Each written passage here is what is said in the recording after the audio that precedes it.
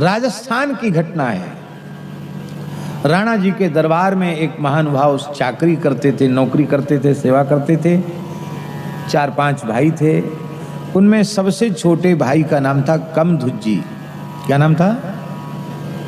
वो जन्म से ही भगवान के भक्त थे। वो निरंतर नाम जप करते थे, एकदम साधु वृत्ति थी उनकी। और कुछ खाने को मिल गया तो खा लिया, नहीं मिला तो कोई बात नहीं, मांगना जांचना किसी से नहीं, अंतर्मुख रह के राम राम करना। और घर में कुछ न कुछ तो हल्ला गुल्ला होता ही है। वो जंगल में चले जाते, वहीं भजन करते। तो सब भाइयों का तो विवाह हो गया, इनका विवाह भी नहीं हुआ, क्योंकि ब्याह तो उसी का होता है जो कुछ कमाने लायक हो। ये तो किसी काम के नहीं है। तो घर में एक चर्चा चली कि भाई देखो, सब तो कमाते हैं, ये ही नहीं कमाता, खाता तो है, कमाता है नहीं। इसलिए हम बड़े पद पर हैं राणा जी के दरबार में, इसका भी नौकरी में नाम लिखा देते हैं। एक बार हाजिरी दे आएगा दरबार में, जो कुछ तनख्वाह मिलेगी वो घर में काम आएगी। भाइयों ने कहा देखो, तुम्हारा राणा जी के दरबार में नाम लिखा देते हैं और थोड़ी देर के लिए ड्यूटी पे आना पड़ेगा, और तुम्हारी जो तनख्वाह मिलेगी वो हम लोग ले लेंगे, घर में काम आएगी। तुम खाते तो हो, यहाँ रहते हो, खाते हो, ये है संसार। ऐसा हमारे यहाँ साधुओं में हो जाए तो सब काम गड़बड़ हो जाए। हमारे यहाँ ये व्यवस्था नहीं है कि एक व्यक्ति लावे और बाकी सबको कमाना पड़े, ऐसा नहीं है। कमाओ सब, अपना अपना रखो, और व्यवस्था एक को ही जुटानी पड़ेगी। और मना नहीं कर सकते कि भाई ऐसा क्यों, संतों की व्यवस्था है। गृहस्थियों में 10 कमाने वाले हैं और उनमें एक है जो बेचारा कोई कमाई उमाई नहीं करता।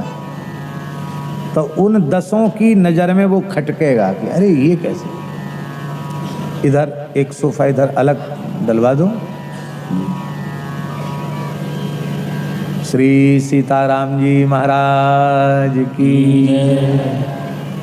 हम लोग बड़े भाग्यशाली हैं। प्रयाग से अरेल वाले महाराज जी कृपा करके पधारे हैं, हम उनको प्रणाम करते हैं। विराजे।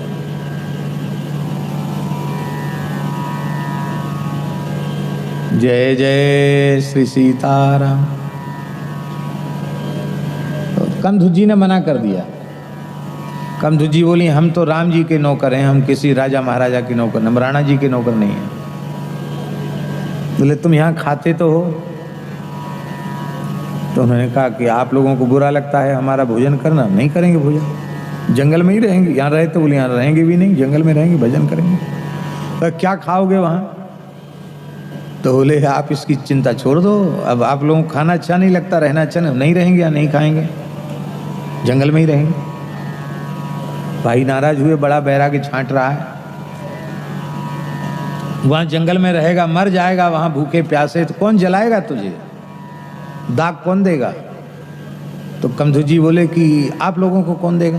अरे बोले हम तो गृहस्थ हैं, हमारे लड़के बच्चे हैं, सब हमारा संस्कार करेंगे, तुम्हारे जैसे थोड़ी ही ऐसी डोल रहे हो, किसी काम के नहीं। अरे यहाँ मरोगे तो कोई ना कोई भाई भतीजा अग्नि तो मुखाग्नि तो दे देगा, वहाँ मर जाओगे कौन देगा? बोले आप लोगों को अग्नि आपके भाई भतीजे देंगे, पुत्र आदि देंगे, तो हमारे रघुनाथ जी हमारे लिए कुछ नहीं करेंगे। इसलिए राम जी के सहारे हमको छोड़ दो। और वो चले गए।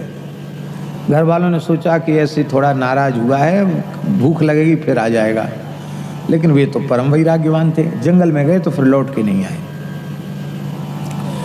परिवार वालों ने भी कोई संपर्क संबंध नहीं किया, क्योंकि संसार ऐसा है कि जिससे स्वार्थ की सिद्धि की आशा होती है उससे संसार अपना संबंध जोड़ता है, रखता है। स्वार्थ की पूर्ति नहीं हो रही है तो क्या लेना देना, ऐसे कितने आए कितने गए, किसी ने इनकी खोज खबर नहीं ली।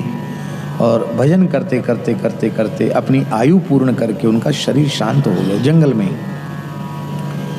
तो नित्य साकेत में श्री रघुनाथ जी चिंतित हो गए। भगवान का मुख कमल थोड़ा मुरझा गया। हनुमान जी चरण दबा रहे थे। हनुमान जी ने कहा सरकार, आपका प्रसन्नता से खिला हुआ मुख कमल मुरझा कैसे रहा है? भगवान के नेत्र भरा है। बोले हनुमान जी, अनन्य भाव से मेरा आश्रय लेने वाले मेरे परम नाम जापक संत कमधुज्जी का शरीर शांत हो गया है। उन्होंने अपने भाइयों से कहा था कि जब तुम्हें तुम्हारे परिवार के लोग जलाएंगे तो हमारी व्यवस्था हमारे राम जी करेंगे। तो अब उनका, यद्यपि वो हमारे धाम में ही आ गए हैं, लेकिन उनके शरीर का संस्कार करने के लिए तो हमको जाना पड़ेगा, जाना पड़ेगा। हनुमान जी बोले कि सरकार आप भले ही पधारो, आपको कौन मना कर सकता है, लेकिन मेरी भी एक प्रार्थना है। आप परम भक्त गृधराज जटायु का संस्कार अपने हाथ से कर चुके हैं, हमको भी किसी भक्त के संस्कार करने की इच्छा है। आपकी आज्ञा हो तो आप उपस्थित रहें वहाँ, और मैं अपने हाथ से वैदिक पद्धति से, और हनुमान जी से बड़ा वैराग्य कौन होगा, शास्त्रीय पद्धति से सभी धरती के तीर्थों के जल में उनको स्नान करा के बढ़िया द्वादश तिलक करके बढ़िया से हम संस्कार करें। तो राम जी बोले भैया हनुमान जी ने कभी कुछ मांगा तो है नहीं, आज मांग। बोले अच्छा ठीक है, तुम संस्कार करो या हम संस्कार करें, इसमें ज़्यादा कोई अंतर नहीं है। तो भगवान की उपस्थिति में हनुमान जी ने संस्कार किया। उनकी चिता के धुआं के लगने से उस जंगल में जितने प्रेत थे सब मुक्त होकर भगवान के धाम को चले गए, उनकी चिता के धुआं से। एक प्रेत कहीं घूमने फिरने गया था, ये लोग भी घूमने फिरने चले जाते हैं कि नहीं, वो घूमने गया था,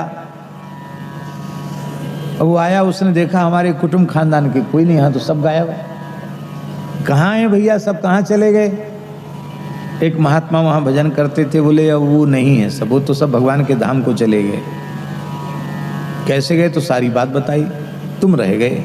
अब वो भरत माथा पीट पीट के रोने लग गया कि हमको भी इस योनि में पता नहीं कब तक पड़े रहना पड़ेगा, महाराज मेरा उद्धार करो, मेरे ऊपर कृपा करो। तो संत की महिमा का स्मरण करके उन संत ने, जिस स्थल पर कमधुज जी का दाह संस्कार हुआ था, वहां कोई अग्नि नहीं थी, संस्कार का कोई चिन्ह भी वहां नहीं रह गया था, पर जहां कमधुज जी का संस्कार किया गया था वहां कुछ कंडा लकड़ी डालकर जैसे ही अग्नि चैतन्य किया, उस धुआं के लगने से भी वो प्रेत मुक्त हो गया जो बाकी रह गया था।